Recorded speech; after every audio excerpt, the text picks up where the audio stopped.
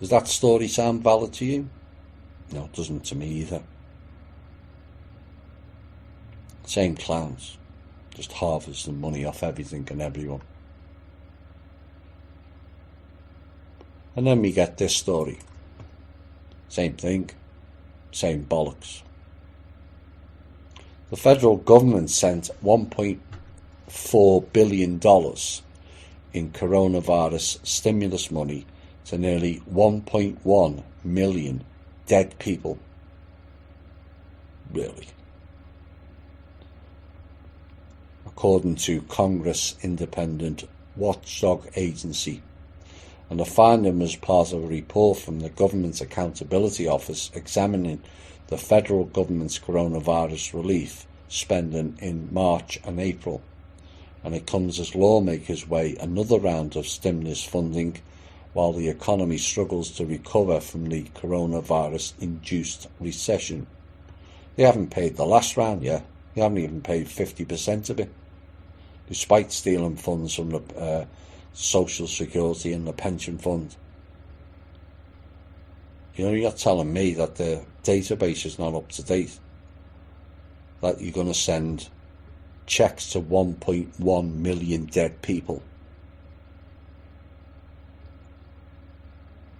Now, the watchdog agency said that the payments to dead people came during the first 3 rounds of stimulus checks. In other words, they wouldn't get cashed. Look, we sent all these checks out, and 1.1 million was to dead people. Did you think we're all stupid? Now, the CARES Act directed stimulus checks of up to $1,200 to be sent to individuals who filed taxes in the last 2 years and made less than $99,000 a year, and families were eligible for more money. And the GOA found that the Treasury Department and the Internal Revenue Service did not use government death records to exclude deceased individuals from receiving a stimulus check, in part because of a legal interpretation the agencies were operating under. Do you believe that? The Treasury, hello Munchkin, IRS run by the Rothschilds. They're pulling the wool over our eyes with this BS. While the IRS has access to death records kept by the Social Security Administration, the Treasury and the Bureau of Fiscal Service, which actually sent out the checks, apparently does not have any records.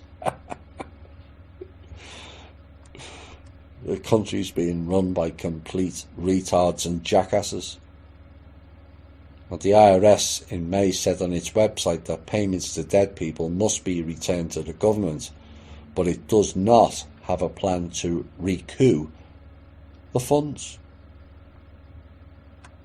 I would take it out of all their staff's pay personally and fire them all for gross incompetence, and the Treasury. So that's some of the evidence, and here's more of the evidence. 2 more before we go into a summing up and a music break. Al Gore, UN Secretary General, and others are now demanding a, quote, great reset of global capitalism. That was on June the 25th. And they said these are truly dangerous times for those who support individual liberty and free markets. Yeah, right.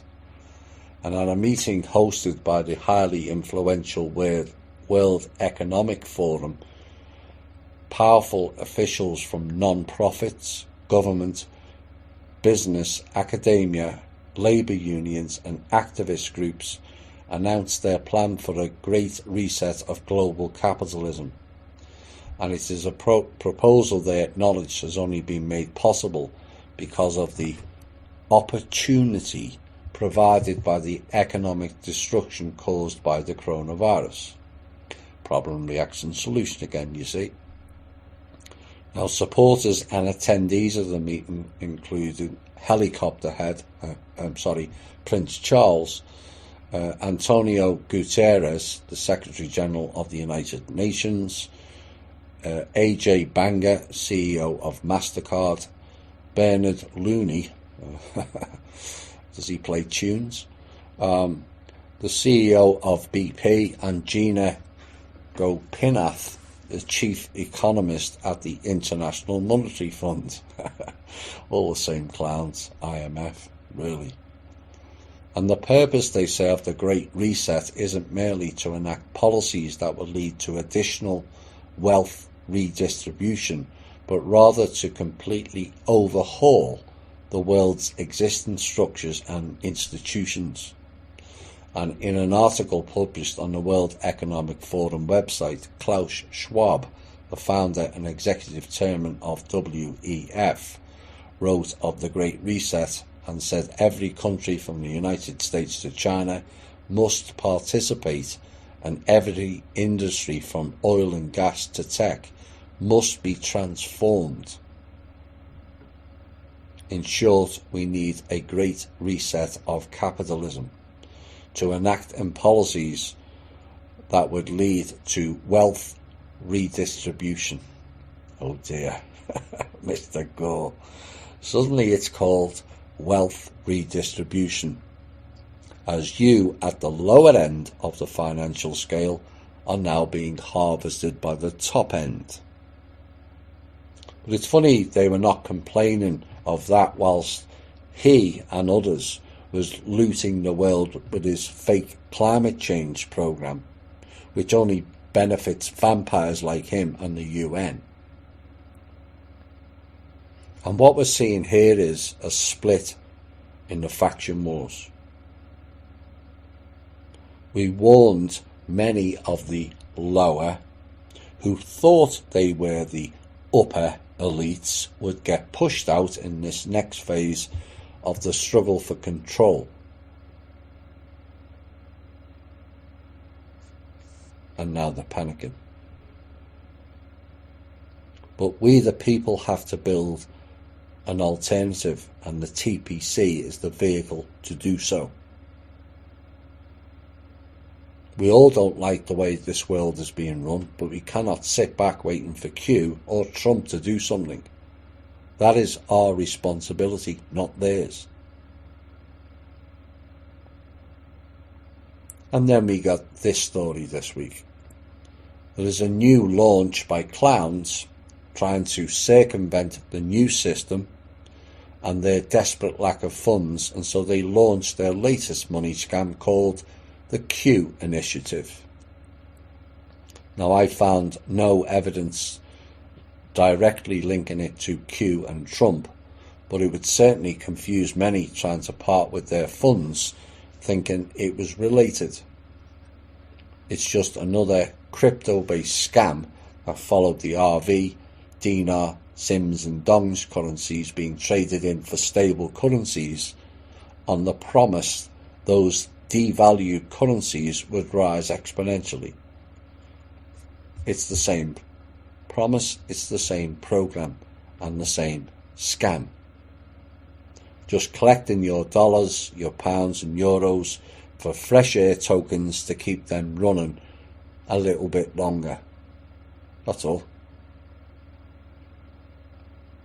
But then in their manifesto of this Q Initiative, it confirmed what our show has been saying for a while, that the money pot is dwindling. Listen closely to this next sentence. They stated the world's total economic activity is around 100 trillion US dollars. Now recently, last 2 years or even year, it was $123 trillion. GDP, global GDP. Well, perhaps the DOD misplaced another $23 trillion. Who knows? But here is the key line in their words. The total amount of money in the world is between 40 and 90 trillion, depending on the definition of what is money. So we've gone from a global GDP of 123 trillion down to 100 trillion, but they've only got 40 to 90 trillion in the pot. So there's not enough to go around.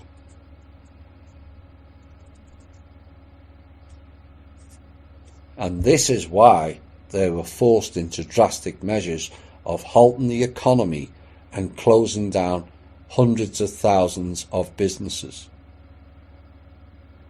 along with the hacking we've just reported, and sending checks out to dead people, like that rarely happens.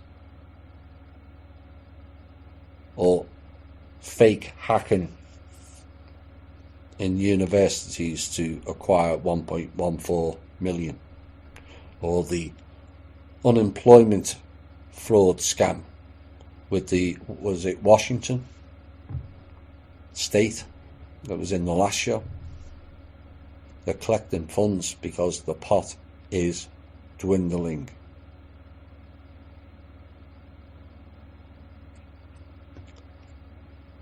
So in the past month, we've now seen Black Lives Matter, now the Q initiative, which will be followed by another inevitable false flag or major donation type event.